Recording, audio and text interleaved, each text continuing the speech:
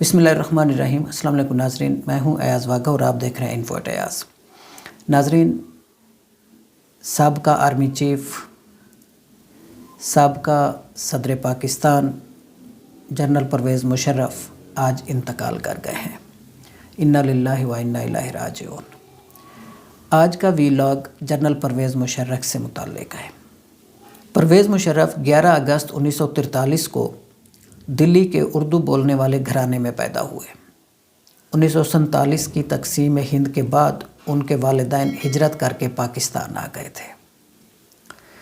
سن 1964 میں انہوں نے پاکستانی فوج میں کمیشن حاصل کیا اور ایک لمبی ملازمت کے بعد سن 1998 میں نواز شریف کے دور حکومت میں انہیں چیف آف آرمی سٹاف تعینات کیا گیا۔ تاہم اگلے ہی سال 1999 میں انہوں نے ملک میں منتخب حکومت کا تختہ الٹ دیا۔ ان کا انتخاب نواز شریف کے لیے جوا ثابت ہوا، کیونکہ انہوں نے پرویز مشرف کو نسبتاً سینئر جنرلز پر فوقیت دیتے ہوئے فوج کی کمان سونپی تھی۔ نواز شریف کی مقبولیت بھی اس وقت زوال پذیر ہو رہی تھی، جس کی وجہ ملک میں جاری معاشی بحران، متنازع اصلاحات اور کشمیر کا بحران تھا۔ اس دور میں پاکستان کشمیر میں کچھ علاقے پر قبضے کی ایک ناکام کوشش پر شرمندہ تھا اور فوج سارا الزام اپنے سر لینا نہیں چاہتی تھی، اور یہی کارگل کا معاملہ دونوں کے تعلقات کی خرابی کی بڑی وجہ بنا۔ بعد ازاں جب نواز شریف نے جنرل مشرف کو تبدیل کرنا چاہا تو انہوں نے انتہائی ہوشیاری سے اپنی فوجی طاقت کے بل پر اقتدار پر قبضہ کر لیا۔ ان کے اقتدار کا پانسا اس وقت بدلا جب 11 ستمبر 2001 کو امریکہ کے ٹوئن ٹاور پر شدت پسندوں نے حملے کیے، جن میں سینکڑوں افراد ہلاک اور زخمی ہوئے، اور مشرف حکومت نے اس جنگ میں امریکہ کا ساتھ دینے کا فیصلہ کیا۔ 11 ستمبر کے حملوں کے بعد امریکی صدر جارج ڈبلیو بش کی دہشت گردی کے خلاف جنگ میں ان کا ساتھ دینے کا مطلب ان تمام جنگوں سے تصادم تھا جو القاعدہ اور طالبان کے حامی تھے، جن سے تعلق کا الزام پاکستانی فوج پر طویل عرصے سے لگتا چلا آ رہا تھا۔ پرویز مشرف پر نیٹو اور افغان حکومت کی جانب سے مسلسل الزام عائد کیا جاتا رہا کہ وہ القاعدہ اور طالبان کے ہمدرد جنگجوؤں کی فاٹا کے راستے افغانستان میں نقل و حمل کو روکنے کی کافی کوشش نہیں کر رہے۔ ان کے ریکارڈ کے بارے میں کئی سوالات اس وقت سر اٹھانے لگے جب سن 2011 میں اسامہ بن لادن پاکستان میں پائے گئے، جہاں وہ پاکستان ملٹری اکیڈمی کے قریبی علاقے میں برسوں سے رہائش پذیر تھے، اور مشرف برسوں سے انکار کر رہے تھے کہ انہیں اس کے بارے میں علم نہیں۔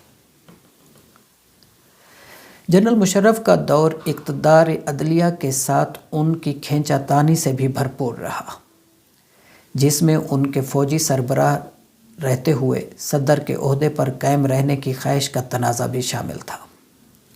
سن 2007 میں انہوں نے اس وقت کے چیف جسٹس افتخار محمد چودھری کو معزول کر دیا، جس کی وجہ سے ملک بھر میں مظاہرے پھوٹ پڑے۔ چند مہینوں بعد انہوں نے اسلام آباد میں لال مسجد اور اس سے ملحق مدرسے کے خونی محاصرے کا حکم دے ڈالا، جس کے نتیجے میں 100 سے زائد افراد مارے گئے تھے۔ لال مسجد کے علماء اور طلباء پر پاکستان کے دارالحکومت اسلام آباد میں سخت شرعی قوانین لاگو کرنے کے لیے جارحانہ مہم چلانے کا الزام تھا۔ اس واقعے کے رد عمل میں پاکستانی طالبان کی تخلیق ہوئی اور پاکستان میں شدت پسندی کا ایک نیا دور شروع ہوا، جس میں آئندہ آنے والے برسوں میں ہزاروں عام شہری اور سیکورٹی فورسز کے اہلکار مارے گئے۔ جب سن 2007 میں نواز شریف جلا وطنی ختم کر کے واپس پاکستان لوٹے تو یہ مشرف دور کے خاتمے کا آغاز تھا۔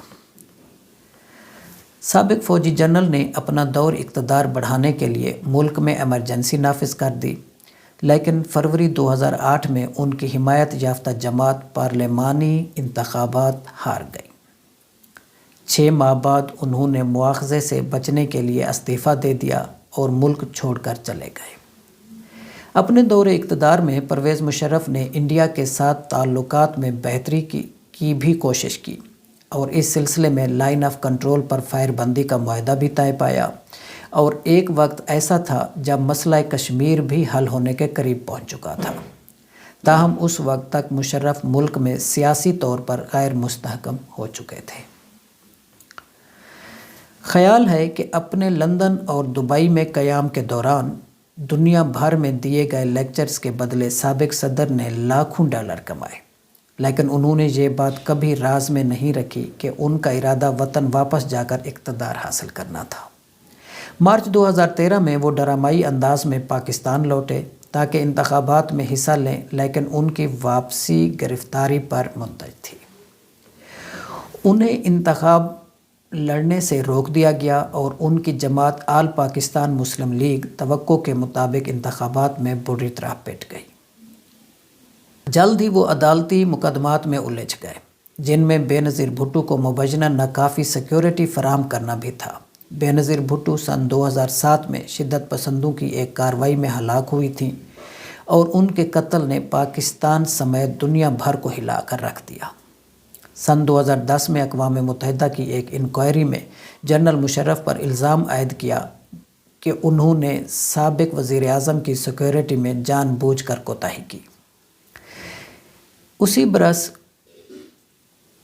ان پر 2007 میں آئین معطل کرنے کے فیصلے پر غداری کا مقدمہ قائم کیا گیا، لیکن ایسا ملک جہاں ایک طویل عرصے تک فوج کی حکومت رہی ہو، وہاں یہ مقدمہ چلنا آسان نہیں تھا۔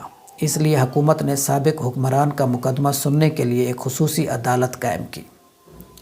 خصوصی عدالت میں یہ مقدمہ 5 برس تک زیر التوا رہا، مگر پھر بالآخر 3 ججوں پر مشتمل خصوصی عدالت نے ایک حیران کن فیصلہ سنایا، جس میں مشرف کو غداری کا مرتکب قرار دیتے ہوئے سزائے موت سنائی گئی۔ مگر لاہور کورٹ نے سن 2020 میں اس خصوصی عدالت کی تشکیل کو ہی غیر آئینی قرار دے دیا جس نے مشرف کو موت کی سزا سنائی تھی۔ لاہور ہائی کورٹ نے خصوصی عدالت کو غیر آئینی قرار دیتے ہوئے مشرف مخالف فیصلہ معطل کر دیا تھا۔ ناظرین، یہ ویڈیو میں سمجھتا ہوں کہ آپ دوستوں کو پسند آئی ہوگی اور آپ کے لیے انفارمیٹیو بھی ہوگی۔ اس کو اپنے دوستوں کے ساتھ ضرور شیئر کیجیے گا، اس چینل کو ضرور سبسکرائب کیجیے گا، لائک کیجیے گا۔ اپنا اور اپنے چاہنے والوں کا بہت خیال رکھیں۔ اب آپ سے ملاقات ہوگی انشاءاللہ اگلے ویلاگ میں، تب تک کے لیے اللہ حافظ۔